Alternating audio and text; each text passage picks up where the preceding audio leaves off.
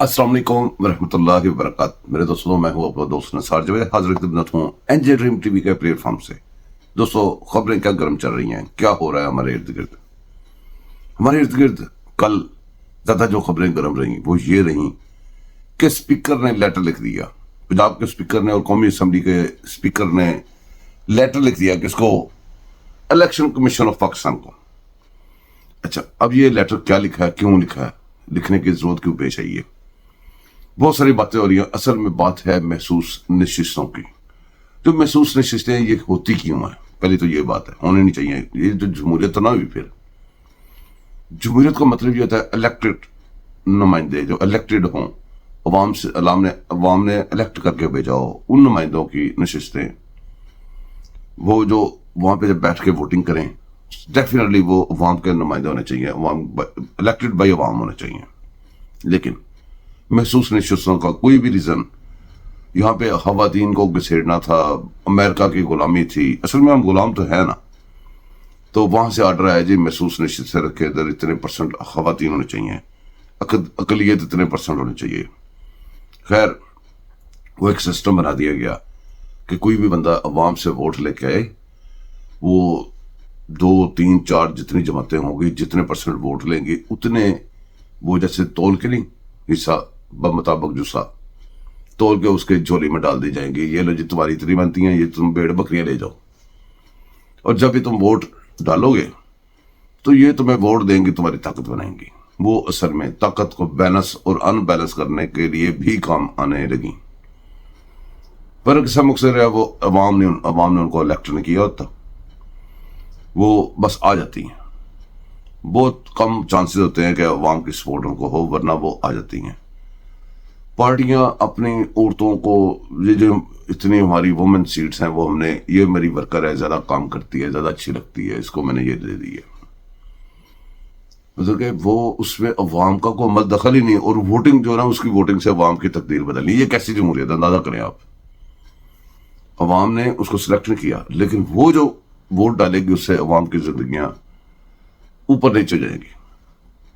پہلی تو بات ہے وہ ہونی نہیں چاہیے، اگر ہے تو وہ پارلیمنٹ کے مسئلے معاملات ہیں، پارلیمنٹ کے سارا سسٹم ہے۔ یہ جو ادارے ہیں، اداروں کا کیا کام؟ ان میں عمل دخل دینا۔ اب شور شرابہ کیا ہوا تھا کہ سپریم کورٹ کے اندر کوئی اور کیس گیا ہوا تھا، اس میں محسوس نشستوں کا ذکر تھا۔ وہ جب کیس چل رہا ہے وہاں پہ ایک جماعت جس کا نام پی ٹی آئی ہے، نہ وہ کیس کرنے میں، نہ وہ کیس کے اندر وٹنس، نہ وہ کیس جس کے اوپر کیس کیا وہ ہو مدعا لے، یا نہ مدعی نہ مدعا لے، اس کا ذکر تک نہیں۔ اس کا صرف ذکر ان ججوں کے گھر میں جو ان کی بیٹیاں اور ان کی بیویاں وہاں تک تھا، کورٹ میں اس کا ذکر نہیں تھا۔ کیس کسی کا ہے، چل کہیں پہ رہا ہے، یہ آپ غور کیجیے گا، آپ نے شاید غور نہیں کیا، خبریں آپ نے بہت سنی ہوگی، یہاں پہ تجزیے اور یہ سارے رابطے شابطے آپ سنتے رہتے ہوں گے۔ یہ محسوس نشستوں پہ بڑے ویلاگ لوگوں نے بنائے، میں نے بھی اس کو بھی شور کیا۔ ہم لوگ سب لوگوں کا، جو دوسرے بھی لگے ہوئے، ہمارا کام، میں آپ کو مختصر کہتا ہوں، ہمارا کام صرف شور کرنا ہے، غور کرنا آپ کا کام ہے۔ آپ نے غور نہیں کیا ہوگا، یہ جو محسوس نشستوں کا جو کیس تھا، اس کے اندر پی ٹی آئی کا کہیں بھی دور دور تک نام نشان نہیں تھا، سوائے ان 8 ججز کی بیٹیاں اور بیویوں کے، جو ان کو گھر سے نکلتے ہوئے پیچھے واضح کہتی ہیں ہمارے امی کا خیال رکھنا۔ یہ جو لفظ ہے پی ٹی آئی، یہ ڈالا بھی ججز نے خود کہ یہ ان کی نشستیں ہیں۔ جب کوئی کیس ہی نہیں کر رہا، کلیم ہی نہیں کر رہا، آپ اٹھا کے اس کو دے رہے ہیں گھر بیٹھے ہوئے، جیل میں بیٹھے ہوئے، جی، جہاں سے سارے معاملات خراب ہو جاتے ہیں۔ خراب ہی ہونے ہیں کہ جب کسی نے کچھ مانگا ہی نہیں، آپ کو بیٹھے جیل میں بیٹھے دے رہے ہیں۔ اس کے بعد اس کا لکھنا تھا تفصیلی فیصلہ، جو ججز تفصیلی فیصلہ لکھنے میں آج تک اس وقت تک بھی ناکام ہے۔ وہ اس لیے ناکام ہے کہ فیصلے میں تو آئین اور قانون ہے ہی نہیں، تو فیصلوں میں ہونا چاہیے آئین اور قانون، وہ ہے ہی نہیں۔ اب غور کرتے جائیے گا، غور سے سنتے جائیے گا۔ وہ فیصلہ کر کے چھٹی پہ چلے جاتے ہیں۔ چھٹی پہ کیوں چلے جاتے ہیں؟ کہ ہم آئیں گے۔ یہ بدنیتی یہیں سے ثابت ہوگی نا، کوئی بھی فیصلہ آئین اور قانون پر ہونا چاہیے، بدنیتی بھی نہیں ہونی چاہیے۔ بدنیتی یہاں پہ ثابت ہوگی کہ چھٹی پہ اس لیے چلے جاتے ہیں جلدی سے اور چھٹی پہ بھی ججز کئی کاموں میں اویلیبل ہوتے ہیں، ضروری کاموں میں وہ بالکل ان اویلیبل کا بورڈ لگا دیتے ہیں. وہ وجہ کیا؟ جب ہم آئیں گے قاضی فائز صاحب ریٹائر ہو گیا ہوگا، یہ جو منصور علی شاہ یہ جج بن جائے گا چیف جسٹس، تو پھر فیصلہ لکھو نہ لکھو 4-5 سال گزارو ادھر ہی رکھ جاؤ بندیال کی طرح. یہ پاکستان کے ساتھ ڈرامے ہو رہے ہیں بہت بڑی بڑی مراد لے کے. آپ کو اندازہ نہیں کہ ججز کتنے بڑے ڈاکو ہیں، کتنا بڑا ڈھکا مار رہے ہیں پاکستان کو. آپ کو اندازہ نہیں اس بات کا. ان کو چیئر پہ بیٹھنے کے لیے بھی ایک بندہ چاہیے جو کرسی آگے کر کے اور پیچھے کر دے اٹھنے کے لیے.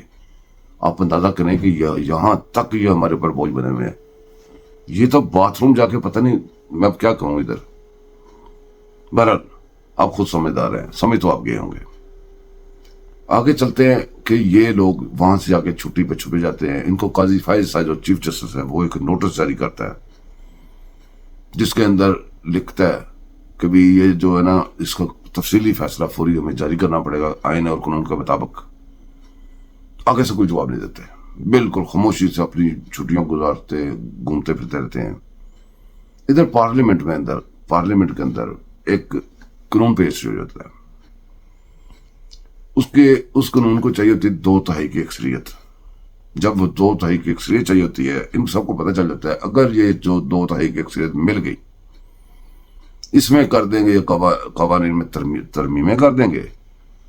اور یہ جو ہے نا جسٹس منصور علی شاہ اگر چیف جسٹس نہ یا کوئی اور آ گیا تو ہمیں تو یہ فیصلہ بھی لکھنا پڑے گا جو تفصیلی فیصلہ ہے. اور وہ جو اگر نہیں لکھیں گے تو ہمارے پر بوجھ جائے گا، اور سزا سیک ہو جائے. ہم ہو سکتا ہے اسی مسئلے میں نکال دیں. ججز کو وقت پڑ گیا چھٹیوں کو، پھر فیصلہ لکھنے کے لیے وقت نہیں پڑا ان کو. آئین اور قانون کی پاسداری کے اوپر وقت نہیں پڑا. وقت پڑا کس کے اوپر کہ ہماری گردنیں نہ پھنس جائے. چھٹیوں سے بیٹھے اس کی تشریح بھیجی کہ جی یہ سیٹیں جو ہے نا دھیان رکھنا یہ پی ٹی آئی کی سیٹیں ہیں. پھر پی ٹی آئی، یہ ان کی کسی نے پوچھا نہیں، پی ٹی آئی نے مانگے بھی نہیں ہوئی تھی.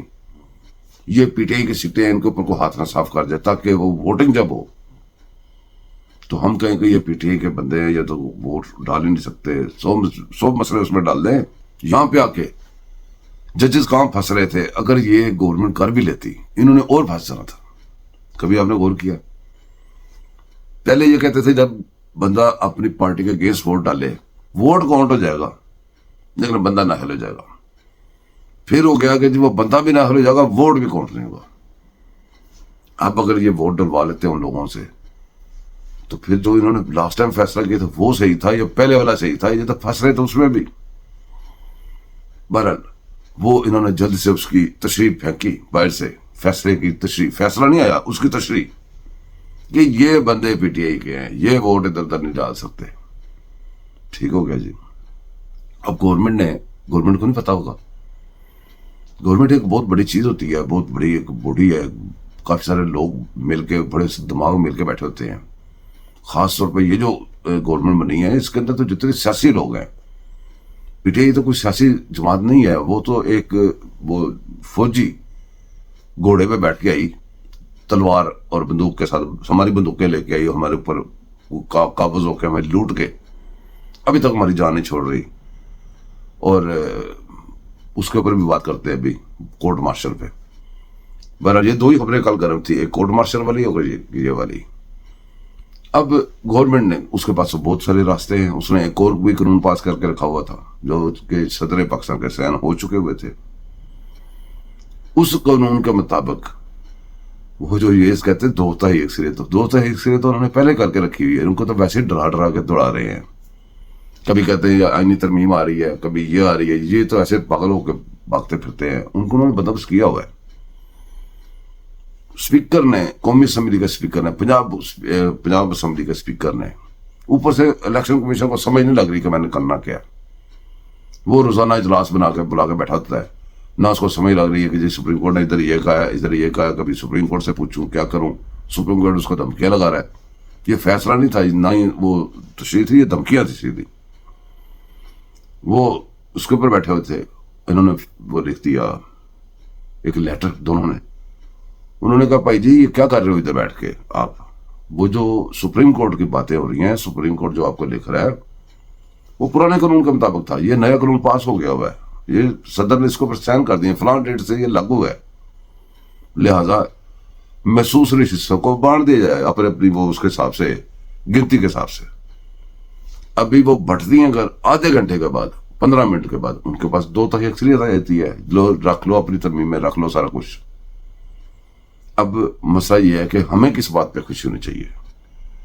یہ تو ان کی آپس کی جنگ ہو گئی. ہمیں کس بات پہ ایز اے پاکستانی کس بات پہ ہونا چاہیے، کس سائڈ پہ کھڑا ہونا چاہیے؟ ہمیں اکثریت، پارلیمنٹ کی اکثریت، آئین، قانون، اس کے ساتھ کھڑا ہونا چاہیے. اس کے اگینسٹ سپریم کورٹ ہو کوئی بھی ہو غلط ہے. اور قاضی فائز صاحب مجھے کریں، ریٹائرمنٹ لیں، دفع ہو جائے. کتے ہو رہی ہے آپ کو. یہ باہر وکیل کھڑے ہوئے روز گو گو کر رہے ہیں. کیوں؟ آپ نے جتنا شور کیا تھا نا، جتنا آپ نے وہ اپنے اصول اور قانون میں، آپ کا کوئی اصول نہیں ہے، آپ کا کوئی قانون نہیں ہے، آپ کو صرف نوکری بیچاری تھی، بیچاری نکلے، دفع ہو جائے.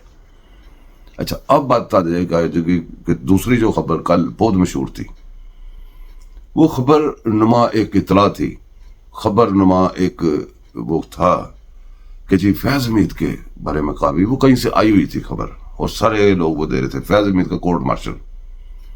اور یار خدا کا نام ہے، قوم کو اتنا بیوقوف بھی نہ سمجھو. فیض حمید کا کورٹ، کدھر کورٹ مارشل؟ کون سا کورٹ مارشل؟